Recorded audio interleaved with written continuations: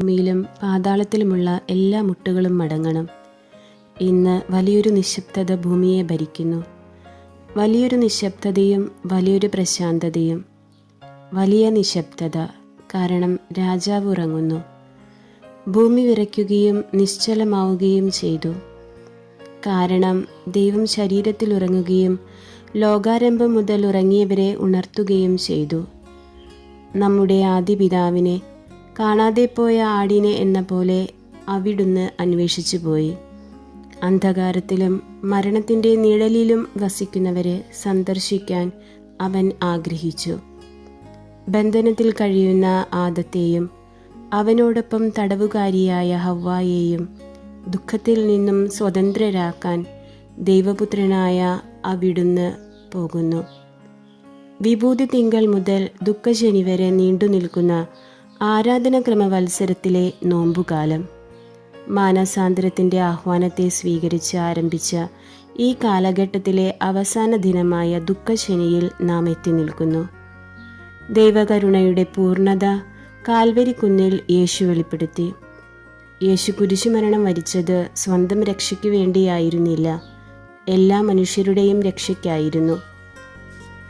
പാപിയെന്നോ നീതിമാനെന്നോ നോക്കാതെ, ആരുടെയും കുറവുകളിൽ വിരൽ ചൂണ്ടാതെ അവിടുന്ന് തൻ്റെ ദൗത്യം പൂർത്തീകരിച്ചു. യേശുവിൻ്റെ മൃതസംസ്കാരത്തെപ്പറ്റി വിശുദ്ധ യോഹന്നാൻ ശ്ലീഹ എഴുതിയ സുവിശേഷത്തിൽ ഇപ്രകാരം രേഖപ്പെടുത്തിയിരിക്കുന്നു: യഹൂദരോടുള്ള ഭയം നിമിത്തം യേശുവിൻ്റെ രഹസ്യ ശിഷ്യനായി കഴിഞ്ഞിരുന്ന അരിമത്തിയാക്കാരൻ ജോസഫ് യേശുവിൻ്റെ ശരീരം എടുത്തുമാറ്റാൻ പീലാത്തോസിനോട് അനുവാദം ചോദിച്ചു. പീലാത്തോസ് അനുവാദം നൽകി. അവൻ വന്ന് ശരീരം എടുത്തുമാറ്റി.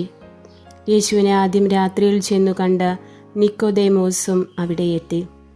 മീറയും ചെന്നിനായകവും ചേർന്ന ഏകദേശം 100 റാത്തൽ സുഗന്ധദ്രവ്യവും അവൻ കൊണ്ടുവന്നിട്ടുണ്ടായിരുന്നു. അവർ യേശുവിൻ്റെ ശരീരമെടുത്ത് യഹൂദരുടെ ശവസംസ്കാര രീതി അനുസരിച്ച് സുഗന്ധദ്രവ്യങ്ങളോടുകൂടെ കച്ചയിൽ പൊതിഞ്ഞു. അവൻ ക്രൂശിക്കപ്പെട്ട സ്ഥലത്ത് ഒരു തോട്ടമുണ്ടായിരുന്നു. ആ തോട്ടത്തിൽ അതുവരെ ആരെയും സംസ്കരിച്ചിട്ടില്ലാത്ത ഒരു പുതിയ കല്ലറയും ഉണ്ടായിരുന്നു.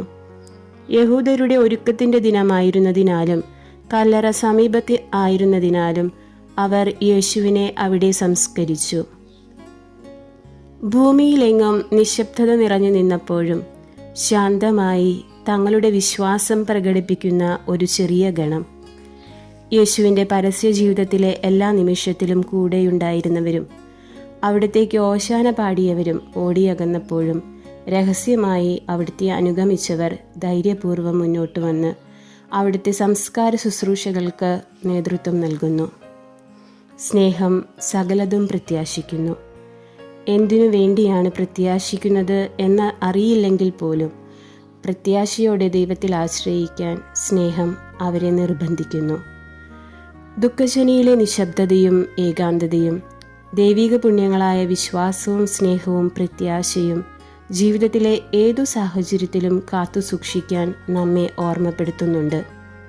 ഈ ലോകജീവിതത്തിലെ പ്രതികൂല നിമിഷങ്ങളിൽ നിശബ്ദമായ മുറിവേൽക്കപ്പെട്ട ഹൃദയത്തിൻ്റെ അടിത്തട്ടിലേക്ക് യേശു ഇന്നേ ദിനം ഇറങ്ങി വന്നു പറയുന്നു: മകനെ, മകളെ, ഉണരുക, ഉദ്ഘോഷിക്കുക.